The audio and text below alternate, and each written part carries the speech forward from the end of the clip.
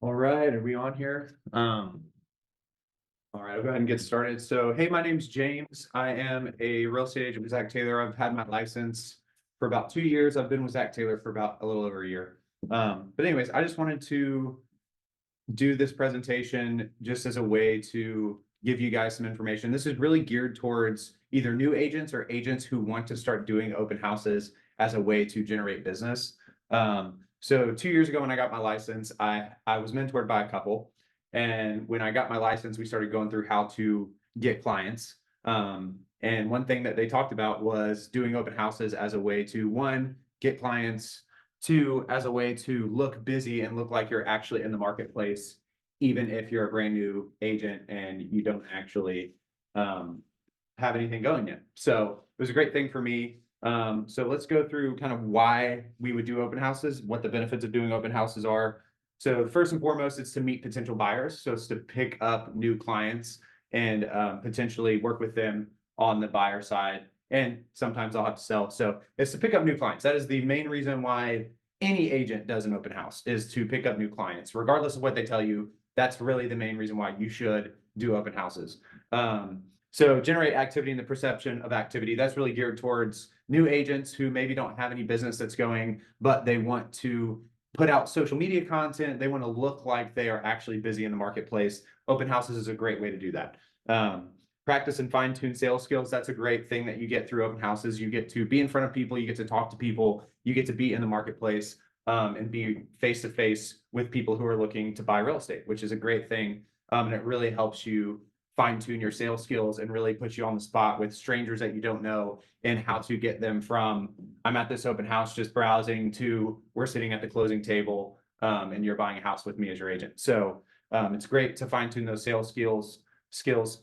Experience in the market, that's another thing, kind of what I've already talked about. Meet buyers and buyers agents at your listing. So this is a great thing. So when you actually have a listing, doing an open house at your own listing is a great thing because it allows you to meet agents and meet buyers that may be writing offers on a house. For example, I had a listing last month and I did an open house the first weekend we went on the market. I met the buyer's agent and the buyer that we ended up closing the house with, which was great for me and my clients because I got some insight into who this buyer was. It was a single guy, and it just gave me insight into who they were, what they were, where they were coming from. And so it helped me serve my client better, and it helped me get the most for their house and negotiate because I actually knew who the buyer was because I had met them, shaken their hand, and met their agent. So that's a great thing about doing open houses at your listing, is you get to actually be in front of potential buyers and buyers agents that you may actually do the deal with, which is unique to open houses. Another thing is when you're doing an open house at your own listing, it generates busyness and activity. So if you have a listing that's going live on a Thursday per se, doing an open house on Saturday and Sunday is a really good thing for your clients, because when buyers come into the house during an open house, they think if it's a busy open house, it makes them think, oh, this is going to be a competitive house. We're going to have to put our best foot forward and make the highest and best offer to have a chance at getting it. Whereas if you're just scheduling showings throughout the weekend, they don't know how many showings you have. They don't know, what the activity is like on that house. Whereas when you're doing an open house and they're seeing firsthand other buyers and other buyers agents in the house looking at it, it's going to make them put their best foot forward. And you're probably going to get a better offer than if they just went and showed the house. And I've seen that firsthand with multiple listings. I think I've had 4 listings in the last 6 months. Every single one, I think the longest one was on the market for 4 days. And every single one of those, I either did an open house or I had an open house on the schedule, and we never made it to the open house. That's another thing, is when you have an open house on the schedule and it's a Thursday and they write an offer, they're going to want to take that property off the market before it gets to the open house on Saturday. So they're going to put their best foot forward, and they're probably going to give you a shorter timeline on when you can respond by, just because they don't want it to get to the open house. They want to take it off the market. So there's a lot of good things about open houses. And I think they're super, super valuable to you as an agent. So how do you get open house opportunities? And this is kind of the main thing that I wanted to talk about today and why I'm talking about this. If you've been an agent, you probably know what open houses are. You know why they're valuable to you or your clients. But what I see a lot is I see in our Facebook groups, the Zach Taylor Facebook groups and other Facebook groups that I'm in, I see people all the time that will put a message in there and say, hey, looking to do an open house this weekend if anyone has a listing that they're interested in me hosting one at, which is a great thing to do. No doubt. That's a great place to go and try to find open houses if you're a new agent and there's agents at Zach Taylor that have listings. That's a great place to go and do that. But you don't want to limit yourself to that, because if no one responds to you in that group chat, you're out of luck for the weekend and you're not doing an open house, right? And so when I got my license 2 years ago, the couple that mentored me, the first thing they told me to do was start doing open houses every single weekend that you're in town and free. So I started doing that. And the way that they told me to do that was go in the MLS, find a neighborhood, a price point, a certain house, whatever it is, go in the MLS, look through there and start cold calling agents who have listings and ask them if you can do open houses at their listing. Me being a new agent, I didn't know that that was not common. I thought that was probably a very common thing. All new agents are doing this. So it's going to be competitive to even get these open houses. As soon as I started doing it, I quickly realized that there's not a lot of people doing that. So that's why I wanted to do this class and just share with you guys, hey, this is something that you can do. And this is something that I've done for now 2 years. And I've sold multiple houses to customers through doing open houses and picking up buyers at other people's listings where I do open houses at. So what to look for on the MLS when you're looking to do an open house. So neighborhood, price point, style. So that style just means like, if there's a certain aesthetic or there's a niche in the market, maybe you want to be in luxury real estate, or maybe you want to work specifically, brand yourself as like, flips or, whatever it is. The nice thing about doing this is you can go in the MLS and you can find the price point, the style, the neighborhood that you want to be in, and you can cold call agents in that neighborhood or in that price point, and you can do open houses in the exact demographic that you want to be in. So then when you post about it on social media, you make videos of you at the house, your sphere, a lot of people who aren't in real estate are going to think that that's your listing, because that's something that I've done. I post that I'm doing an open house and I talk to people, I just got my license and I talk to people and they're like, man, you're killing it. You're selling all these awesome houses. They don't know that these are not my listings. Which, I'm not lying about that. I'm not telling people, hey, come to this open house at my listing. But the perception to somebody who's not in real estate is James is selling these houses that he's doing open houses at. We all know that that's not true, but to them, they see activity. They see that James is killing it. And so that's something that's good when you're first starting out as an agent, to generate business, generate activity, and make people give people the perception of, I'm busy, I'm in the marketplace, I'm killing it as a new real estate agent. So what you're looking for, the thing that I have found that works the best, you want to find houses that have the least places that you can kind of run into a snag. So I like to look for vacant homes. So no one's living in the home. Usually it's either new construction or it's a flip, like a remodel. Those are great because that agent doesn't have to go to the people living in the home and say, hey, can this stranger come stay in your home for 2 hours and host an open house? The likelihood of them saying yes to that is a lot lower than a developer, a builder, a flipper, somebody like that. If an agent goes to them and says, hey, this agent wants to host an open house, are you guys cool with that? All they want to do is sell the house. They don't have to worry about getting out of the house. They don't have to worry about pets. They don't have to worry about any of that. They just want to sell the house. So you hosting an open house at their listing is going to make them feel like, they're generating activity and the house is going to, sell quicker, and you're marketing the house for them. So they're way more likely to say yes than a family that lives in a house and in a seller or a seller's agent that is representing a family that lives in a house. So I usually look for vacant homes, preferably staged homes, just because they show a lot better. And then I look for, low days on the market. So you don't want to go do an open house at a house that's been on the market for 100 days, because more than likely, all the people that have wanted to see that house have already seen it. So you don't want to do one at homes that have just been sitting on the market, and you don't want to do them at homes that are overpriced, just because the goal of doing this is to pick up clients. And when you're sitting in an open house at a home that is way overpriced, even if it's a beautiful home, you're not going to have people come through the door nearly as much as you have a home that is priced correctly in the marketplace. So all those things are kind of what I've looked for. And typically I can make 1 to 3 calls based on that criteria and get an open house every single weekend that I want to. It's really that simple. It's not hard, but it just takes a little bit of courage to call these agents. And if you've never done that before, it can be a little nerve-wracking because you feel like they're your peers. And especially as a new agent, you feel like, they're your superiors in a way, and you don't want to look stupid or you don't want to look silly. But it's a great way to generate business and something that I've done a ton. And you also want to look for homes that they're not already having an open house that weekend. So if they're having an open house that weekend, they're probably not going to let you do an open house. Whereas So that's another thing. Look through the listing, be educated on what the listing says, like make sure the completion date has already been hit. If it's a new construction, you don't want to ask to do an open house on a home that's not going to be built for 4 months. So things like that, just look through the listing on the MLS before you call, kind of get all the information, and then make a call. Fine. So next thing, so this is an example. I just went on the MLS and found a home that I thought was a good example of one that I would call and look to do an open house at. So this is in Nashville, 6471 Thunderbird Drive, $799,000. That's another thing. Price point matters too. If you want to get into luxury, then go for it. $1 million plus, call those agents, do those open houses. I have found that lower price points usually generate more activity, and the people in those price points, the lower price points, are more inclined to talk to you and be open to you working with them. Luxury clients I have found, and this isn't always true, obviously, they're more likely to already have an agent. They're more likely to not want to talk to you, not answer questions, not engage with you. So this is a good price point. It's a little high, but for Nashville, that's just probably a little above average. It's not that crazy high, and the house is not overpriced. So this is a great example though of one that I would call and say, hey, let me do an open house here Saturday and Sunday, because beautiful home, new construction, it's staged, which is great. It hasn't been on the market that long. I think I made the slideshow the other day and it had been on the market like maybe 2 weeks. So it hasn't been on the market that long. Good parking, which is another thing.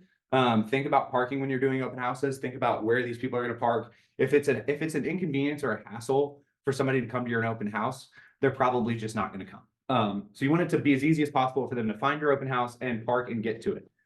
So good parking. No open house is advertised for this weekend, and it's in a decent price point. So this would be a great home if I'm on the MLS I'm looking at and saying, okay, I'm going to call this agent. I'm going to see if they're open to me doing an open house this weekend. Here's one in Murfreesboro. This home's a little weird because it was on the market and then it went off and now it's back on the market. So it says that it's only been on the market like a week, but really it's been on the market for a few months. But anyways, that aside, similar situation. This one is a great price point, under $450 in Murfreesboro. This one is going to have probably a good amount of traffic.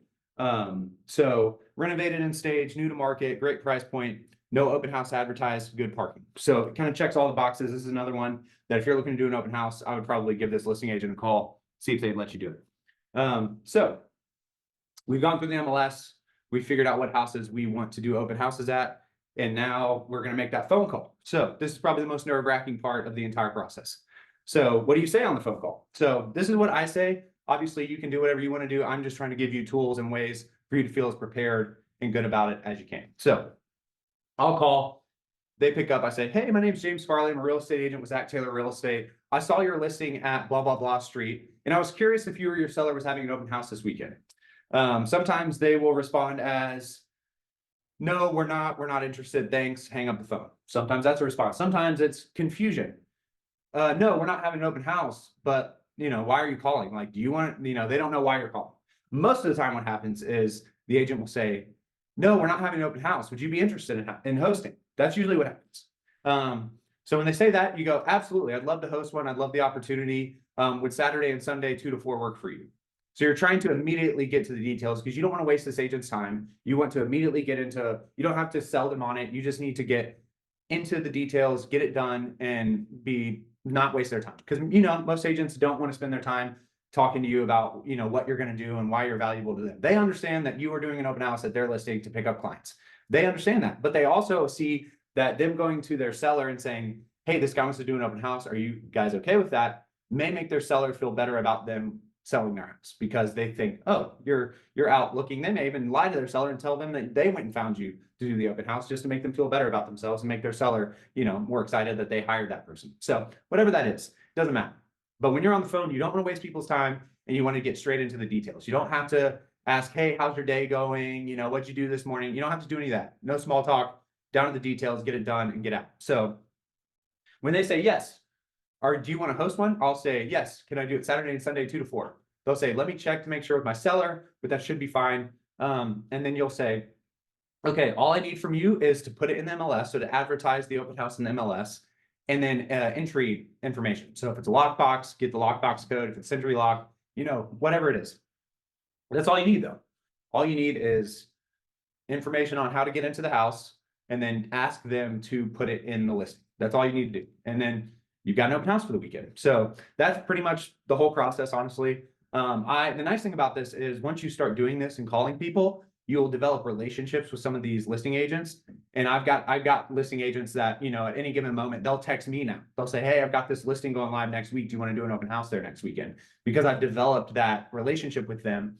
And now I don't even have to reach out to people to do open houses. They're reaching out to me and asking me to do them. So it's great. If you do it long enough, and you'll meet people who will start asking you to do open houses, which is awesome. So once you have the open house, I usually make some sort of social media, flyer, something advertising that I'm doing the open house. So I'll put that on Facebook, Instagram, all that stuff. And then I'll put out pointers as quickly as I can after I get the open house. So I'll go to the location. I will set out pointers, on all the street corners. And I wanted to so I designed these pointers on on Canva, and then I printed them through Markful. So they're super simple. The reason I did it was because I wanted a place where I could write with a erasable marker the details of the open house. Because that's kind of the most annoying thing about open house signs, is finding one that you can consistently change. Okay, sometimes it's just Saturday, sometimes it's Sunday, sometimes it's Saturday and Sunday, sometimes it's 1 to 3, sometimes it's 2 to 4. You want to be able to customize that on your open house sign. So I designed these on Canva just because they're super simple. It allows me to write what I need to write in the details right there. So I have like 4 or 5 of these I'll go put out every time I do an open house. So the more pointers, the better. It also makes the seller's agent and the seller, if they go drive by their listing, to see your pointers out at their house 2 or 3 days before the open house, they're going to think, okay, this guy's a professional. We're going to ask him to do open houses in the future. So pointers are really important. And it's also a great way, a lot of people will come to your open house because they see it advertised on the MLS, but you'll have a lot of people just stop in because they saw a sign, which is great. So put out pointers as soon as you get the open house. The other thing that I do is I always print out MLS sheets. So I'll just go on the MLS, print buyer 1 page is the one that I print. Has all the details about the house. I'll usually print off like 10 of those, and I'll bring those with me, put them on the counter while I'm doing the open house. It's a great way for people that come through to get some information on the home. And it's also a great thing for you to be able to reference when people ask you questions, because you don't want to have to memorize the square footage and the year it was built and all that stuff. So I'll just print those off. Someone asks me a question, I'll be like, let me check. And I'll go look at the sheet and I'll tell them the answer based on what the sheet says. So that's the other thing. That's one thing that I'll bring to an open house. The other thing I'll bring water bottles. So I usually bring Fiji water bottles, which I know is a little extra. They're a little more expensive, but when you walk into a home and there's Fiji water sitting on the counter, it feels different than you walking into a home and there's Kroger water on the counter. It just feels different, feels nicer, feels more professional, and it's really not that much of an expense. So I buy Fiji water, I put them on the counter, set them up nice and neat for people to grab if they want them. The other thing that I lay out is business cards. So I just bring a little stack of my business cards. I'll put some on the counter beside the water and the flyers, and then I'll put some in my pocket. And if somebody asks for one, I'll just pull it out of my pocket, or if someone wants to take one, I'll put them there. And then I'll bring a portable speaker. So I like to play music in the background during my open houses. It just kind of breaks up, the quietness. People can feel a little awkward sometimes in a dead quiet home. So playing a little bit of music can make people kind of open up a little bit more, and it can kind of set a vibe in the home that you're doing the open house and make people just feel more comfortable. So I'll bring a little portable speaker, I'll play music. And that's literally all I do. I don't bake cookies. I don't bring candy. I don't, bring a dog or balloons. I don't do any of that. You can do that if you want to do that. That's great. I will tell you a quick story though. So I did an open house probably a month ago now, for a guy that I've done multiple open houses at multiple listings of his, right? And I went to print off my flyers about an hour and a half before I was supposed to be at the open house. And my printer ran out of ink. So I didn't have any MLS flyers. And I felt really unprepared and really unprofessional. I was pretty self-conscious about it when I was going to the open house.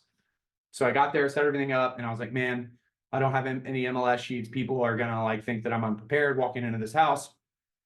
Super busy open house, had a bunch of people come through. No one said a word about it. No one asked questions of where's the MLS sheet? Why don't you have any information on the home? No one cared. And then there was a guy that came in, and I ended up talking to him for, he was probably at the house for 20 minutes. And, I got his information before he left, followed up with him, and we started looking at $1 million condos the next weekend. And this was the most unprepared open house that I've ever done. And I picked up $1 million buyer client through it. So that's just an example of don't overthink this. Don't get in your head about, I gotta have everything perfect. I gotta do all this stuff. You don't have to do all that.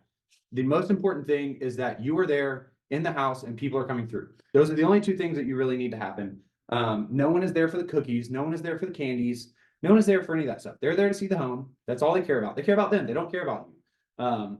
So that is just kind of a little story of that. But you do want to be prepared as you can. You do want to be professional. You want to present yourself in a professional way. You want to dress professionally. You want to act professionally. All of those things. Someone asked, so you use those same signs even if the house is listed with a different firm? Yep. Yeah. I just, some people will put the address of the home on the pointer. I don't put the address typically. I'll just point them in the direction of the open house. And then I have a red open house sign that I'll put in the yard of the open house that just says open house and then the day and times. But yeah, these I just use as pointers. It doesn't really matter. I have had people before say, I was doing an open house at a parks listing. And some people like kind of drove by the house a couple times and then they finally stopped and came in. And they came in and they were like, oh, well, we thought we were looking for a Zach Taylor sign because the pointers were Zach Taylor. So we didn't think this was the open house. That's only happened literally like once. And most people, they're not going to pay attention. They just see open house and then they start driving in that direction. And then they see the red open house sign in the yard, pull in, they're there, you're good. So as long as you have the days and times, that's really the most important thing, just because you don't want people walking into houses that aren't open houses. It's just not a great thing. So you want to be sure that you advertise days and times well in front of the house and on your pointers. But other than that, that's kind of the most important thing. Yeah, so that's that. So the next thing, talking to prospects. So one thing about doing these open houses, when I get there, you really have to check yourself and make sure you're in a good headspace that is, you kind of feel accomplished just by putting the pointers out, getting to the open house. So you're there in the house, you got your ship stuff set up. You already feel accomplished as an agent, especially a new agent. You feel like I'm doing the thing. But you don't want to forget the reason you are there is to pick up clients. And as soon as you get lax and you stop thinking about that being your number one goal, you will start to miss opportunities left and right. So it's really important to stay focused on why you're there. You're not there to sell that house. You're not there to give that listing agent feedback. You're not there for any of that. You're there to pick up clients. That is your only goal and job. So just stay focused on why you're there. I have a tendency to even lax on that, and I'll just get complacent and not really push to get information from people and pick up clients. So that's the next thing. So talking to prospects. I try to meet everyone at the door, number one. I do not want them to walk in and I'm sitting down on the couch, or them walk in and I am upstairs or something. I try to meet everyone at the door. Some homes that's easier than other homes, depending on the layout and if there's a window, etc. But I try to meet everyone at the door. When you meet them at the door, I always will go for a handshake and I'll look them in the eye and I'll ask them what their name is, and I'll try my best to remember their name. That's a big thing. Remembering people's names, calling people by their name. Those are two really big things for just being a good salesperson, but also just connecting with people. When you make eye contact and you know each other's names, that's kind of step one to having a relationship, friendship. So I do that. I'll always greet them at the door and say, hey, my name's James. Welcome to the open house. I've got some information on the counter in the kitchen. I've got some water. Feel free to grab either of those. You guys browse, make yourselves at home. Let me know if you have any questions about anything. That's all I'll say. I'll let them kind of lead the way into the kitchen or wherever they're going. And then I'll kind of let them be for a minute, and I'll kind of I'll start to feel out, are they talkative? Are they asking questions, or are they kind of just doing their own thing? If they'll let me walk through the house with them, that's ideal, because that helps you build rapport and build trust with these people. But you really want to match their energy.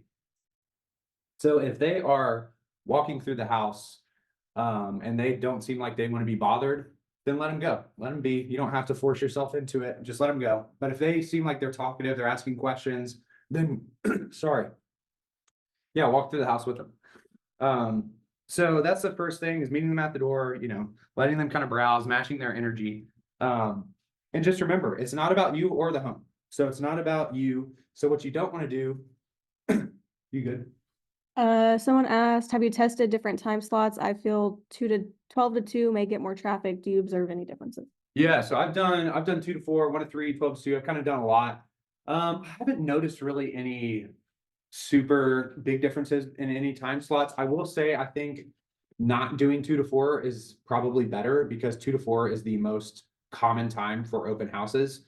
And so when you're doing an open house 2 to 4 and everyone else is doing an open house 2 to 4, they're going to have to choose between which houses they go to. Whereas if you do one 12 to 2, for your example, or 1 to 3, it gives them a little bit more flexibility. And I think they're more likely to come to your open house.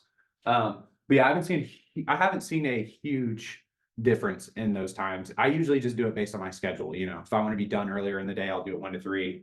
And if I have something going on in the mornings, I'll do it 2 to 4, you know. But yeah, it's a great question though. Because that is something to think about. All of these things are good things to think about.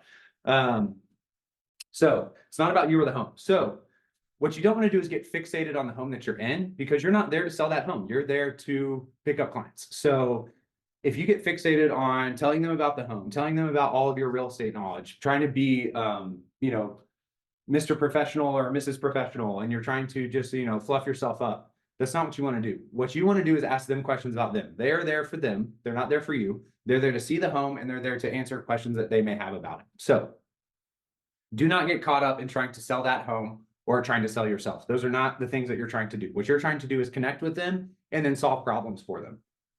Those are the two things that you're trying to do.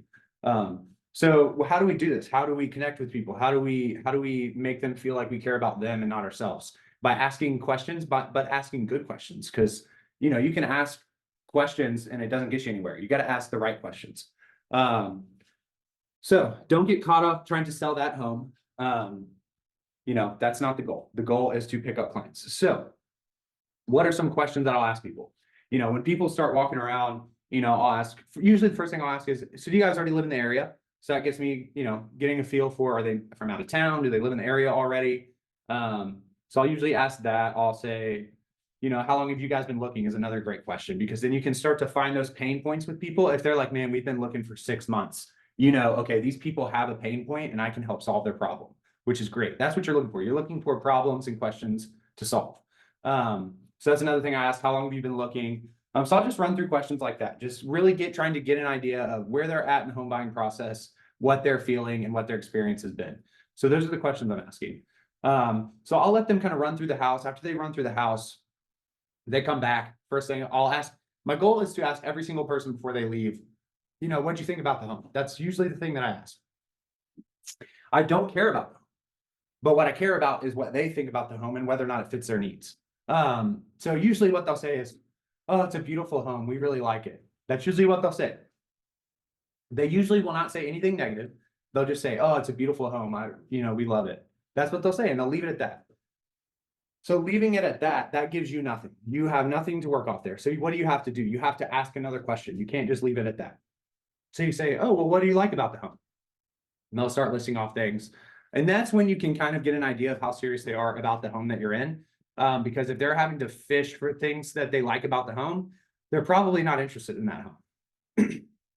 So after they answer that question, the next question will be, what do you not like about the home? What would you change about this home that, you know, what does this home not have that you're looking for? Things like that. Because what you're trying to do at that point, once you decide, okay, once you decide these people are not actually interested in this home that we are in, then the goal is to pivot and find them the home that they are interested in. So your goal is to start asking questions. Okay, so, you know, this one's 3 bedrooms, but you need a 4th bedroom. Okay, so that this home is not a viable option for you guys. Have you looked at any other homes in the neighborhood already? No, we haven't. Okay, well, you know, I've got some ideas on some homes that I've recently, you know, shown in the neighborhood that I think might be a good fit for you guys. Would you guys be interested in going to see some of those? That's the money right there, is finding something to answer for them, some question or some concern that they have, you solving that problem. Another thing that I like to do is I'll find something about the house that everyone is asking. So if there's something weird in the backyard that everyone that walks through says, what's that thing in the backyard? Because this happened at a house recently that I was at. There was a stake that said basically like, you can't plant anything past this because of like flood reasons, right? So I looked up what this thing was. So I knew what it was, but I withheld that information from them as a way to get their information. So I'd say, you know what? I'm not the listing agent. I'm not exactly sure what that is, but I would love to reach out to him and answer that question for you and get back to you about what that is. Can I get your number? And as soon as he texts me back, I'm going to text you what that is. And most of the time they go, yeah, that'd be great. They'll give you a number. There you go. Now you have their information, which is what we're trying to get. Usually, I mean, most of the time you're not going to sell the home you're in or another home in the neighborhood that day. So the goal is not necessarily to write a contract that day, or, you know, if they're ready to write a contract, you know, we're always ready and ready. You know, that's best case scenario, but that's not super typical. Really what you want to do is get their information. That is goal number one. So withholding information and then offering information to them is a great way to get their information, because people will give when they receive. So, and the beautiful thing is you don't even have to give them information. You can offer them information in the future. Like you can say, let me go get that answer for you and I'll reach out to you in the future. You don't have to have the answer on the spot. It doesn't make you look unprofessional. What it does is it gives you an opportunity to ask for their information. And so that's the best way to get people's information, is find something in the home that everyone is going to ask you a question about. And then withhold, if you know the answer, withhold it from them and tell them, text it to them later that day after you get their information. Or if you don't know the answer, just say, no, I don't know the answer to that, but I'll reach out to the listing agent and I'll let you know as soon as he gets back to me. Can I have your information? That way I can tell you when I get the answer to that. So that is a beautiful way to get people's information. Yeah, so I've been doing this, the 2 years that I've had my license, I've probably done 100 plus open houses. I've done, anytime I'm in town and not doing anything on Saturday or Sunday, I'm doing an open house. And I've closed multiple deals through picking up clients through open houses. So it is a viable way to pick up clients. It's a great way to, you know, put activity on your social media, look like you're busy, look like you're in the market doing things. And it's a great way to meet buyers, but it's also a great way to meet other agents and just kind of feel like you are in the real estate market. Like me getting into real estate, I felt very isolated and alone a lot of times. And I feel like a lot of people feel that way because it's very different than the world that I came from, as far as, you know, you're on your own a lot more. So doing open houses makes it feel like, oh, I'm actually doing a real job. I'm not just sitting in my house all day making calls, looking on MLS, yada, yada. So anyways, I think we've got a little bit of time to answer some questions. Does anyone have any questions or thoughts, concerns, anything like that? I've also, if you are interested, I think Taylor has some open house signs in our agent portal thing that you can grab, like some designs. If you're interested in this design, this is one that I made. I can email you this. So I just ordered these from Markful. I think they were like 20 bucks a piece. I ordered like 3 or 4 last year, and I just got these in yesterday. I ordered 4 more because 2 of mine got stolen. One looks absolutely terrible. I think somebody hit it with a weed eater or something. So you will go through these, but they're fairly cheap. And the main thing is getting good stakes. Markful has really high quality stakes on their website. So I would recommend buying those with these when you order them. But if you want this, I will send you an email with the graphic design of it, so then you can go and order it. But otherwise, you can buy just like generic open house signs on Amazon too. That works fine also. You don't have to have, you know, custom open house signs. But is that a question? Hannah said, great class, tons of great info. I'm gonna give it a shot soon. Yeah, let me know too if you do it, you know, if you have success doing it, that'd be great. Also, I thought this could be fun. This house on the MLS that I did in this presentation, 6471 Thunderbird Drive. I looked at it today. There's still not an open house scheduled for this weekend. And I'm gonna try to find an open house for this weekend. So I thought it might be fun for me to put all this into action on this training and call this agent and get this open house so I can actually show you what it looks like in real time. So let me call this agent. So John Omer with Keller Williams is the listing agent. It's been on the market for 20 days, so not great, not terrible. New construction, all that stuff. So I'm gonna call this agent and see if I can get an open house for this weekend.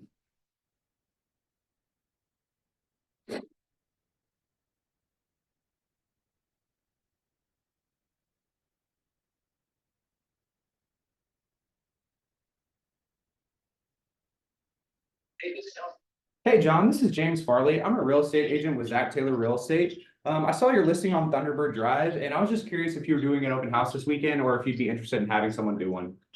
Oh, I got it handled already. Awesome. All right. Thanks, man. No problem. Thanks so much. Yep. All right. So he's got it handled already, but it's not in his listing. So Sandra said, I have 3 open house opportunities. If anyone is interested, I have the information posted on our Facebook group. awesome. Well, that is a good way to do it too.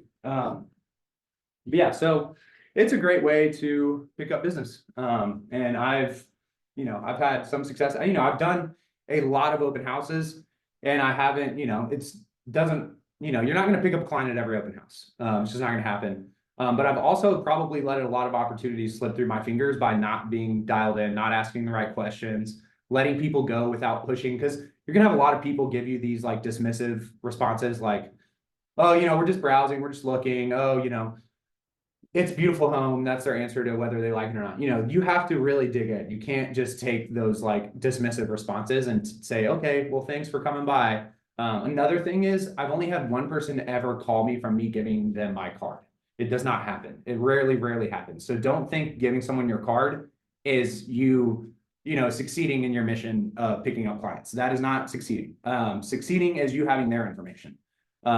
So there's nothing wrong with giving people cards. That's kind of my last ditch effort to have something hopefully happen.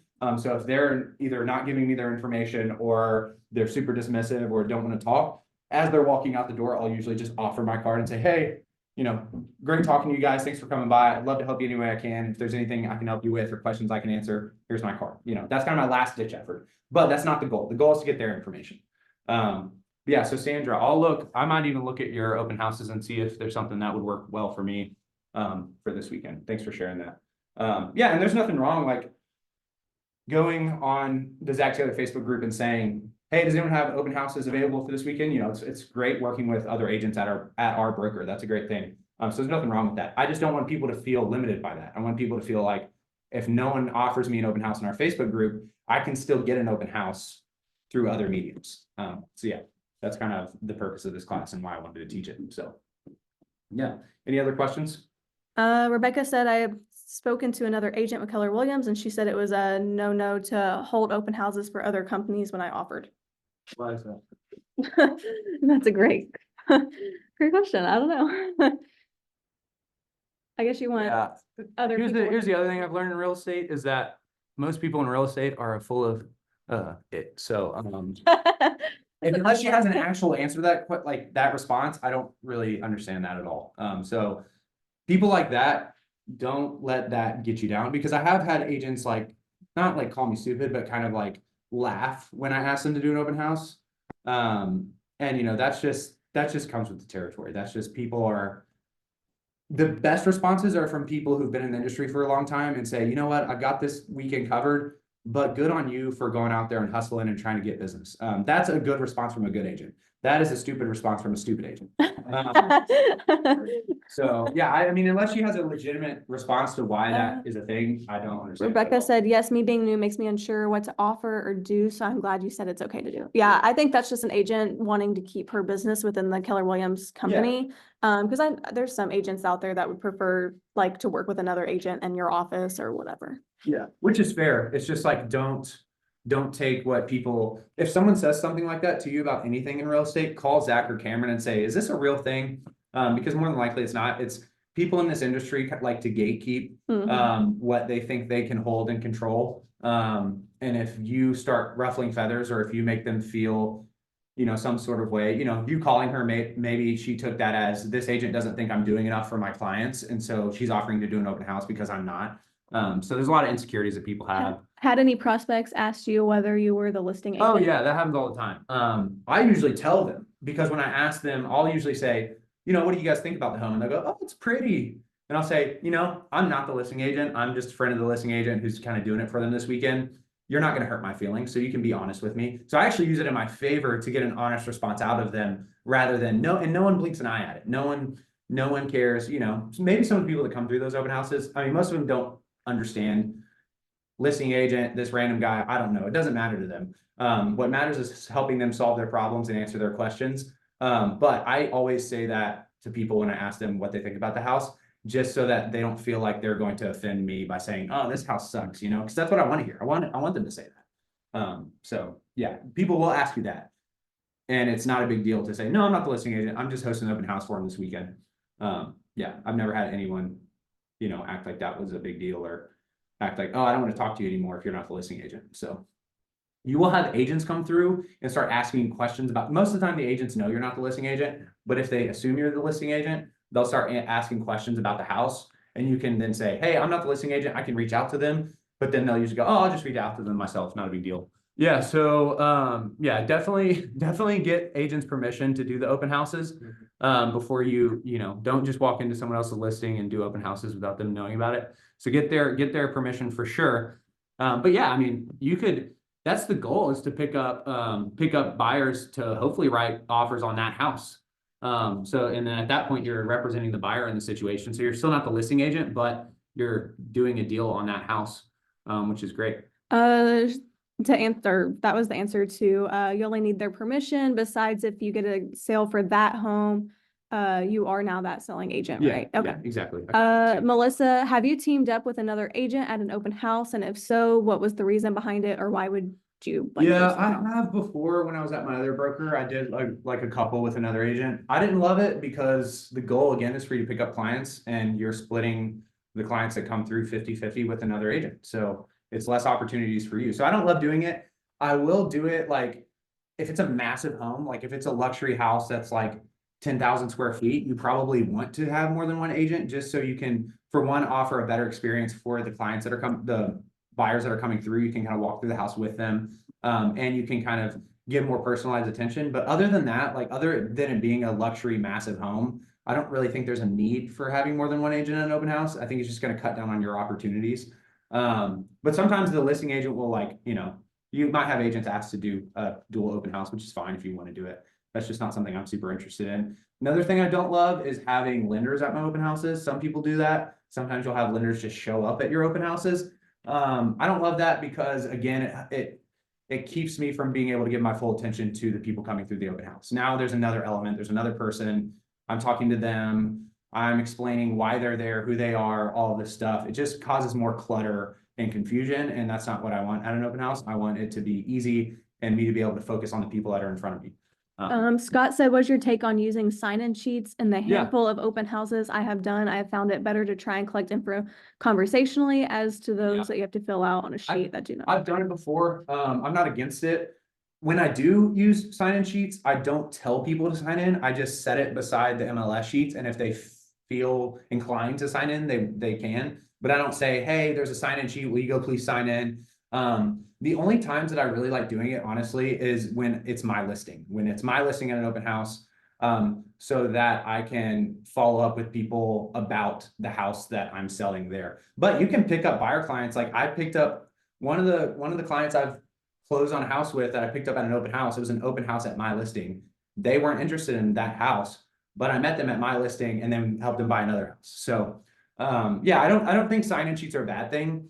I do think that when the offering of information is a great way to get information.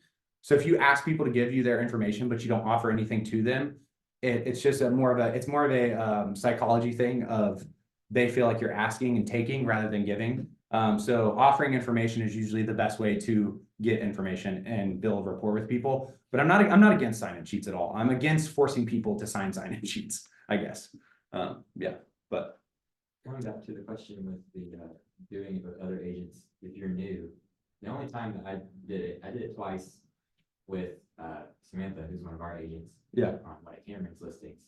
And if you're new and you would like to get some insight on how to talk, if you did it and like did like a trade-off every one that comes in and just kind of so you can spread your wings a bit with an example, that's helpful. Yeah. But as you get to be more in depth with it, I would say try to do it by yourself. No, that's a good point, because that is something when I have done open houses in the past, it was with people that I was working with, and we got to critique and help each other on, oh, you know, when you were talking to that person, you know, you kind of lost them here. Let's think about ways that in the future, what responses we could have to keep that conversation going. So yeah, it's good to have another set of eyes to help you kind of dial in your sales skills. That's a great point. So yeah, that's probably the best reason to do an open house with another person, is to help. Yeah, it's really probably the only valuable reason, is to have someone else's eyes and be able to give you real feedback on how you're talking to people and your sales skills, and be able to tweak that and dial that in a little bit better. So yeah, that's a great point.